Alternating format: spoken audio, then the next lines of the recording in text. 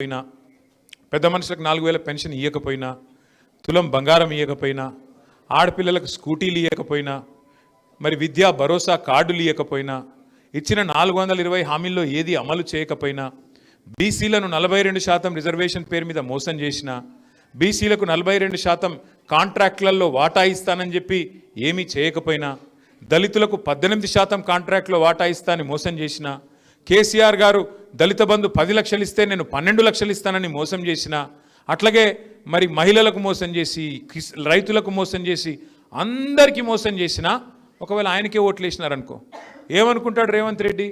నేను ఏమి చేయకపోయినా నాకే గుద్దుతున్నారు, నేను ఏం పని చేయకపోయినా, నేను ఇచ్చిన ఏ ఒక్క వాగ్దానం అమలు చేయకపోయినా నాకే ఓట్లు వేస్తున్నారు, అట్లాంటప్పుడు నేను చేసేదే కరెక్టు, వీళ్ళకి ఏమి ఇవ్వాల్సిన అవసరం లేదు అనుకుంటాడా అనుకోడా? మరొక జలకి ఇవ్వాలన్నా వద్దా? ఒక సురుకు పెట్టాలన్నా వద్దా? పెట్టకపోతే గద్దెనెక్కిన వాడికి అర్థం కాదు. ఇవాళ 2 ఏళ్ల కాంగ్రెస్ ప్రభుత్వం ఈ ఎన్నికల్లో ఓడిపోయినంత మాత్రాన జూబ్లీ హిల్స్లో కాంగ్రెస్ గవర్నమెంట్ ఏం తెల్లారి పడిపోదు, మా గవర్నమెంట్ ఏం తెల్లారి